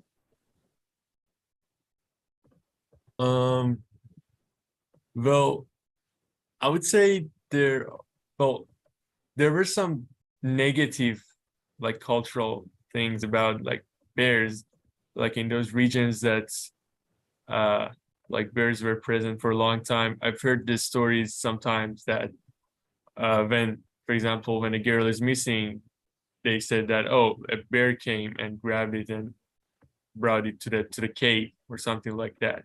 So some of these false beliefs are still existing, which I think had a cultural background. But apart from that, there's not much that I know of. And yeah, I mean, I would say, like, it's not like, well, cheetahs or leopards or like lions that we used to have. They're more bold in our culture compared with bears. So their role is minimal, but yeah, that specific thing that I mentioned is the only one that I can think of right now. What I can say is, the cultural importance, like we have the snow leopard, the brown bear, like the tiger. But when we talk about the brown bears, like there is a very little, understanding of the species. And there are folktales where people say that when there were not bridges in the valleys that connects each other, so the bears used to cross the river, and in that process, the mothers, the cubs get killed in the process of taking one cub from one side of the riverbed to other. So, and in that way, the brown bear population remained stable. But now with the development of bridges across the valleys, they found passages, and that increased the population of the species. That is a very interesting folktale, but rather than that, there is no such value. The same is like in Pakistan. We don't have any cultural importance for bears, but some local stories, some folk stories are also existing maybe in those areas, yeah, in the surroundings, like in the community. But yeah, we don't have any importance. Yeah. I have a very curious question in my mind. I would like to ask Daniel and Babar, so don't know. So regarding we know about the sloth bear or the Asiatic black bear attacks on human. So is there any conflict or the attacks of brown bear on human in your place? Brown bear attack, I think it's very common. It's not about the black bear. I don't think it's. The brown bear is very, aggressive. And most of the time they could attack on the people. I heard some in the Gilgit-Baltistan region, same in the Deosai, and even I watched some videos also. Yeah, the brown bears chasing the people and that kind of thing. Yeah, I noticed sometime. But for the black bear, we have some reports that they attacked on humans and even they killed the humans. I also reported, couple of cases during my master's, but and even some injury cases. But in the sense, if we go through with the species level, like if we go from sloth bear, black bear, and brown bear, I think the brown bear is most dangerous than the rest of the species. And yes, Daniel. Yeah, I mean, it's happening in Iran as well, but I would say it's rare that bears attack people. There aren't as many attacks by Asiatic black bears as there are with brown bears because we don't have that many Asiatic black bears. We have Asiatic black bears only in 3 provinces of Iran, and they're really rare. There are less than 200 individuals left. So there aren't many attacks by Asiatic black bears, but as Babar said, they're known for being more aggressive. But a couple of cases of brown bear attacks also exist. But the issue is they're not properly reported.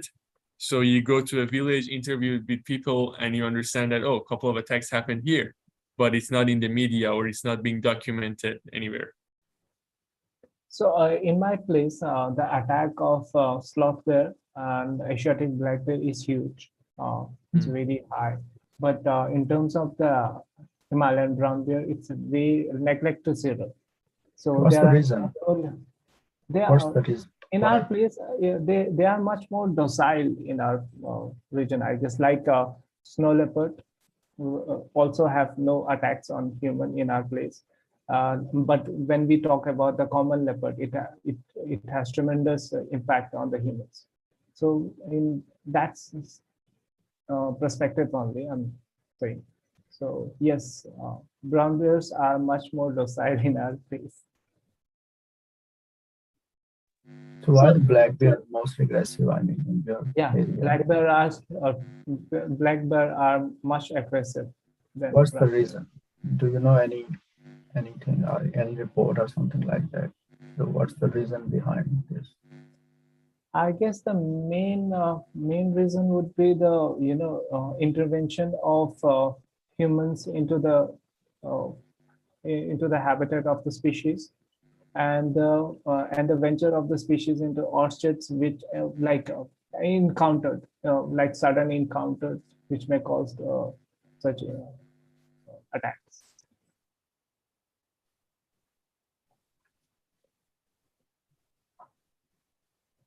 Thank you so much. We have another question from Rida Batul, and she's asking,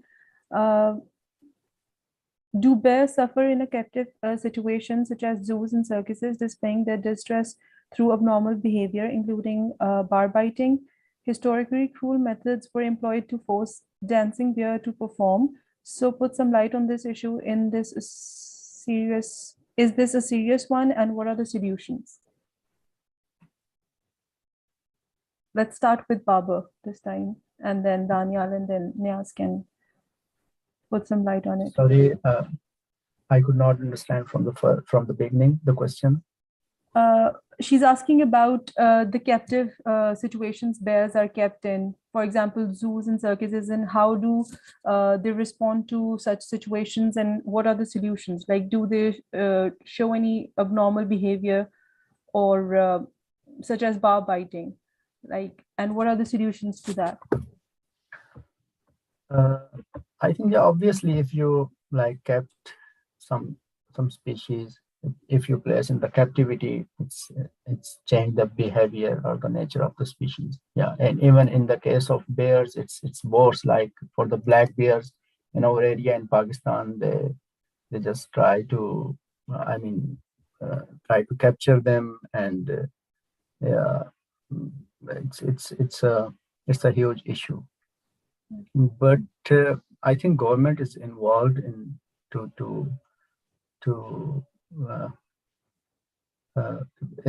in such kind of issues. They try to have some fine or something like that. In people, and such cases, I think it's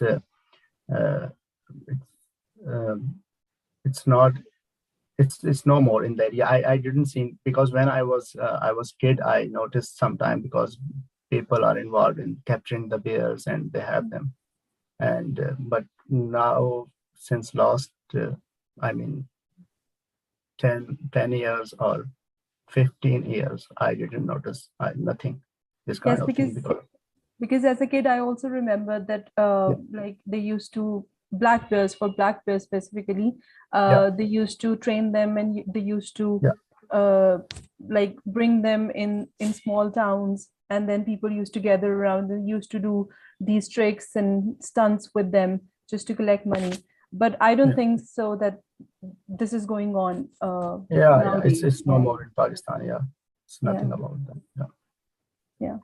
Daniel, you want to add in something? Sure, yeah. I mean, fortunately, we don't have any bear baiting in Iran, or any like bear bile farming in Iran. Nothing like that is going on.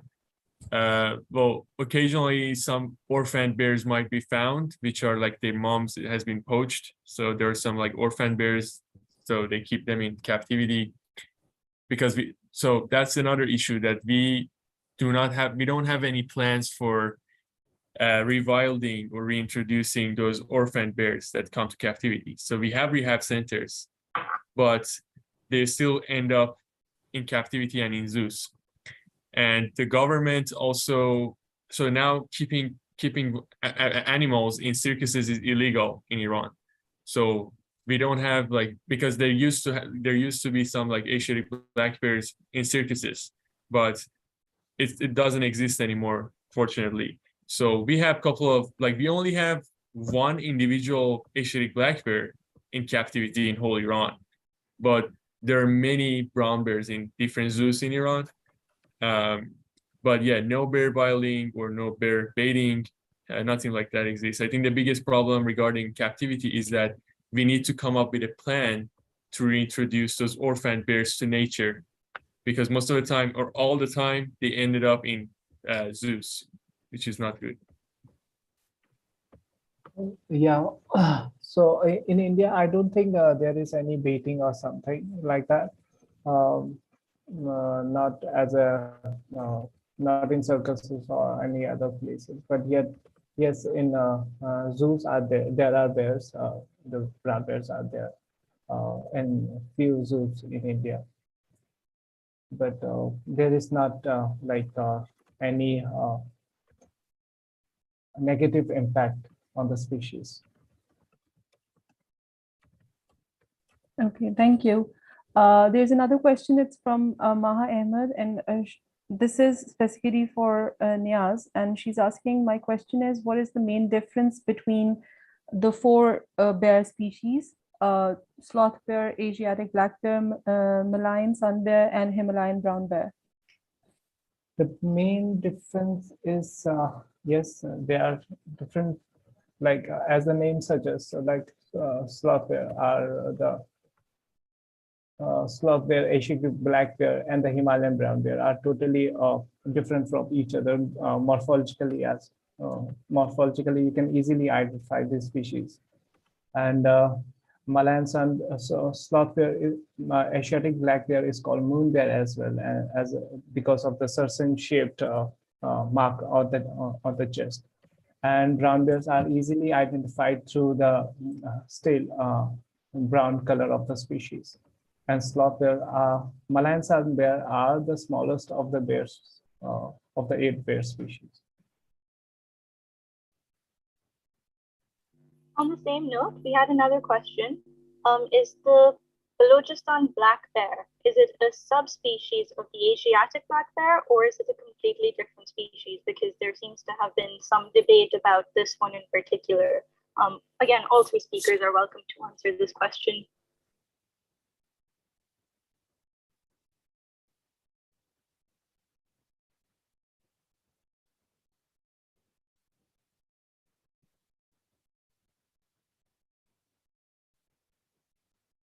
I guess Babar sir can answer. Yeah, actually, Balochistan bear, it's considered as a subspecies. Yeah, it's considered as a subspecies of the bears, black bear species. Yeah, but it's Balochistan bear, black bear species and the Iranian bear species have a lot of similarity, and maybe if Daniel knows something about that. But yeah, I could say like it's a subspecies. Yeah, it's considered as a subspecies. Yeah, no, it's true. Yeah. Sorry, in the chat it just says on what basis. Daniel, please feel free to continue after this. But when you do answer it, if you could perhaps talk about what exactly differentiates them as well, specifically. For sure. Yeah, I mean, yeah, as Babar said, so we have 7 different subspecies of Asiatic black bears across their whole entire range. And one of them is Balochistan black bear, which lives in Iran and Pakistan, and it's critically endangered subspecies. And it's been defined as a subspecies based off of genetics. But there was a recent study actually that showed that, though they suggest that Balochistan black bear might be a synonym subspecies to another subspecies. So, but it's not like, it's not a rule of thumb or something, but they just suggested that. I can put the citation of that paper in the chat.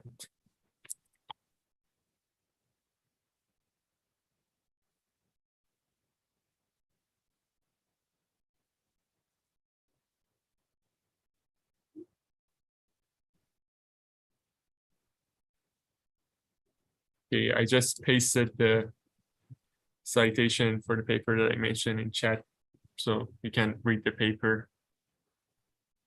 Thank you. I think that'll be very helpful for the participants as well. Of course.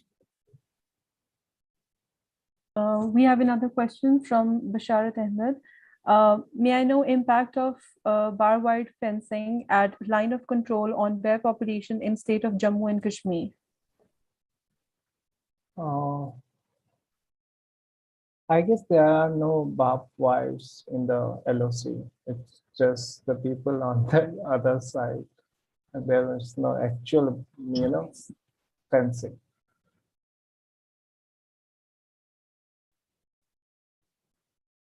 Okay, thank you. Anza Vakar asks that, have you people used any software like ArcGIS or QGIS to estimate the distribution range?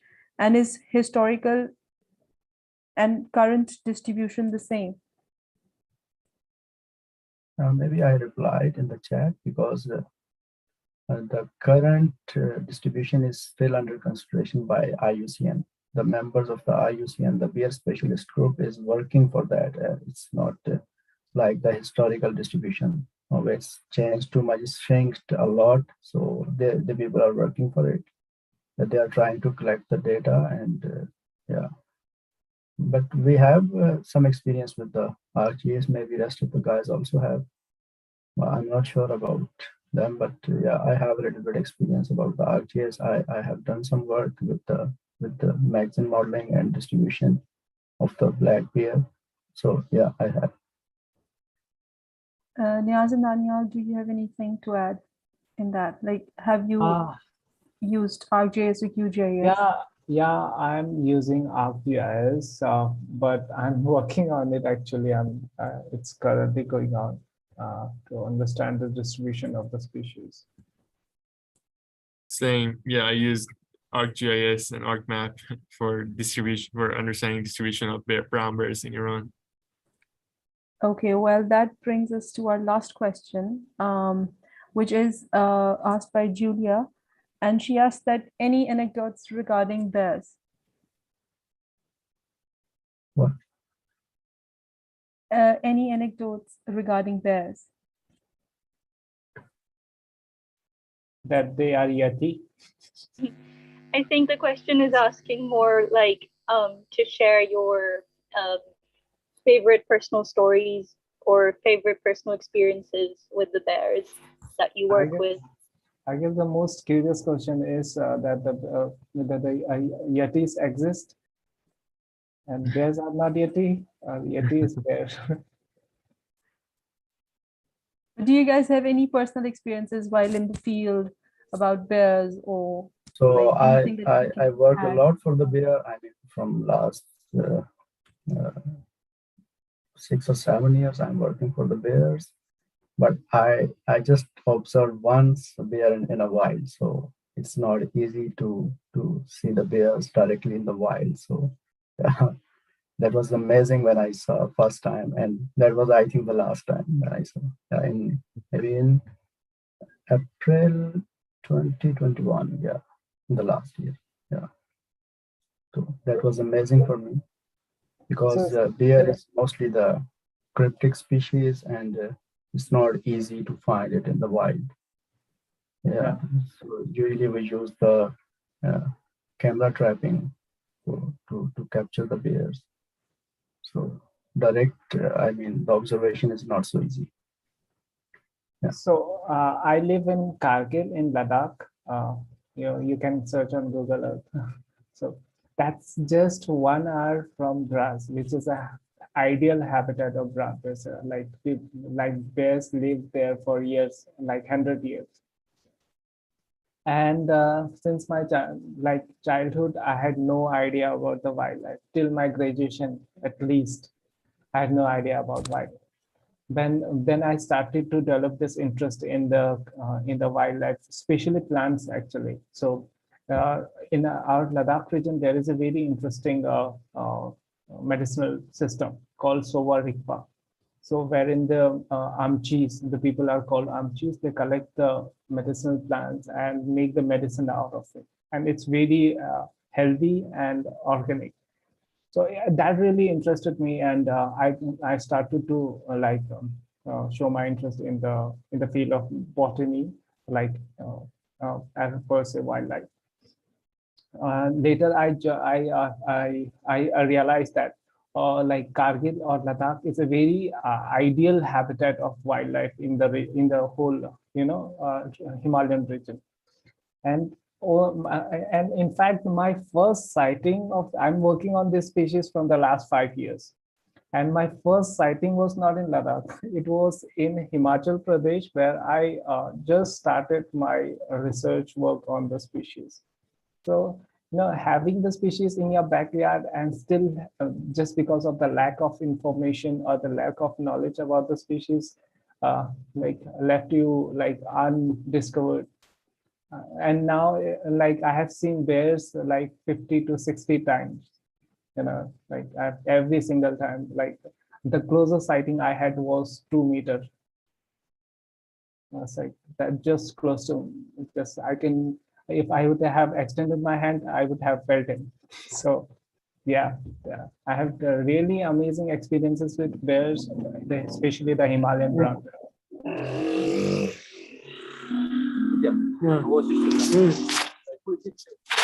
Rahimullah is speaking. Yes,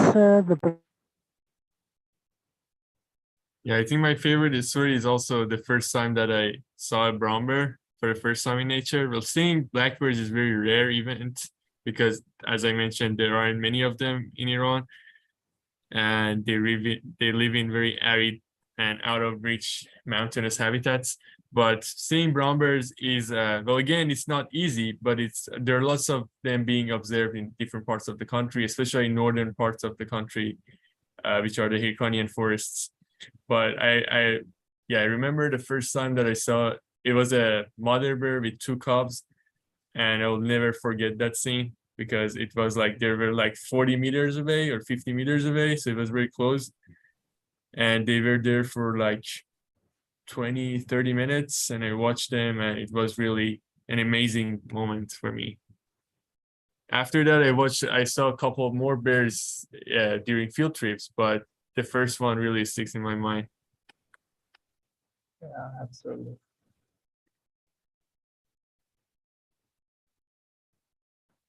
I know what amazed me more about the bears is like these hibernations the sleep mode plays a very vital role in their survival.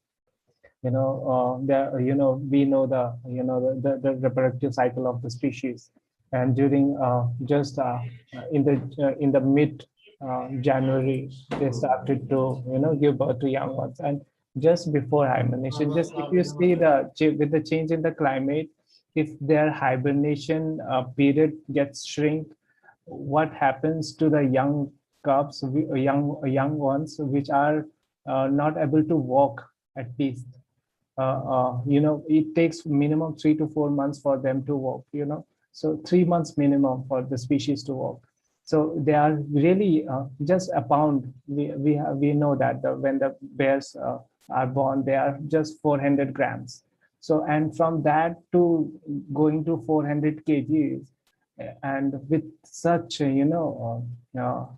ecological role in the environment, that is what amazed me about the species.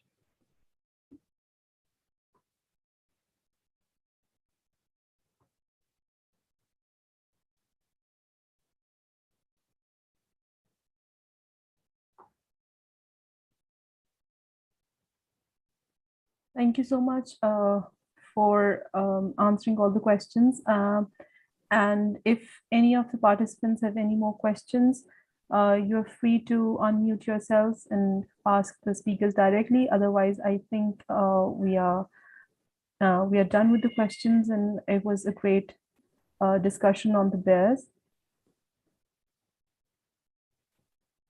If Thank you. someone has any more questions, you can just unmute yourselves and ask.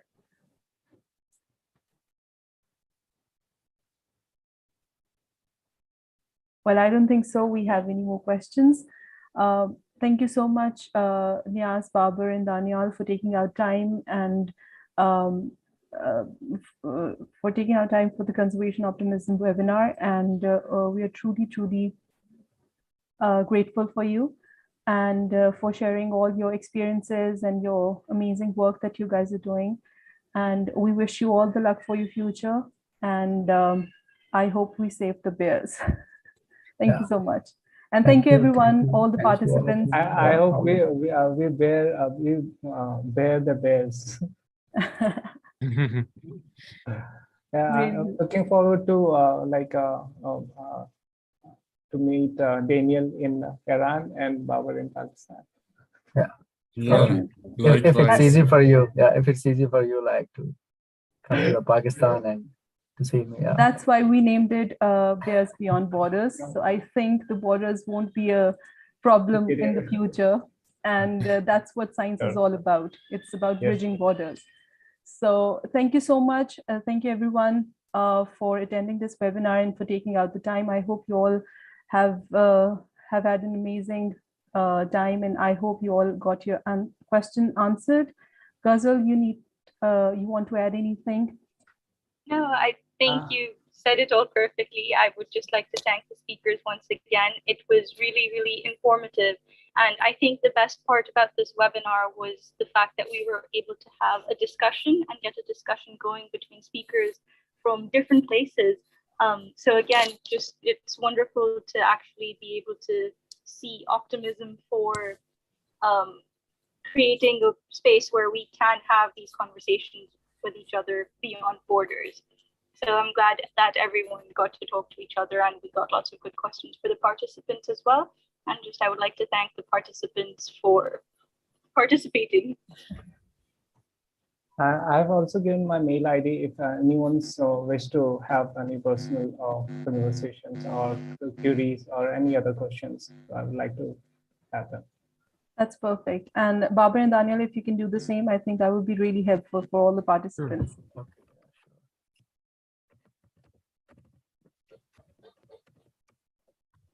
I also would like to thank Conservation Optimism Pakistan for bringing us together, and thank you, dear Rija and Ghazal, for moderating the session. Yeah, really thank you. Thank you so much. Yeah, and Sam, for me, like thanks to both like Rija and Ghazal. Yeah, you just done your Thank job. you so much. Thank you. It was wonderful to have you. Have a great day. And thanks to rest of the participants, like they listen to us and they ask so wonderful questions. I mean, so the overall the session was good, and Yes. Thank you so much. And I hope we have lots more of webinars like these in the future. Thank you once again, Daniel, Niaz, and Babar, for your time and for sharing your knowledge. And thank you, everyone. We're just going to wrap this up. Thank you. Take care, Thank you so everyone. much. Thank you for coming. Bye. Bye.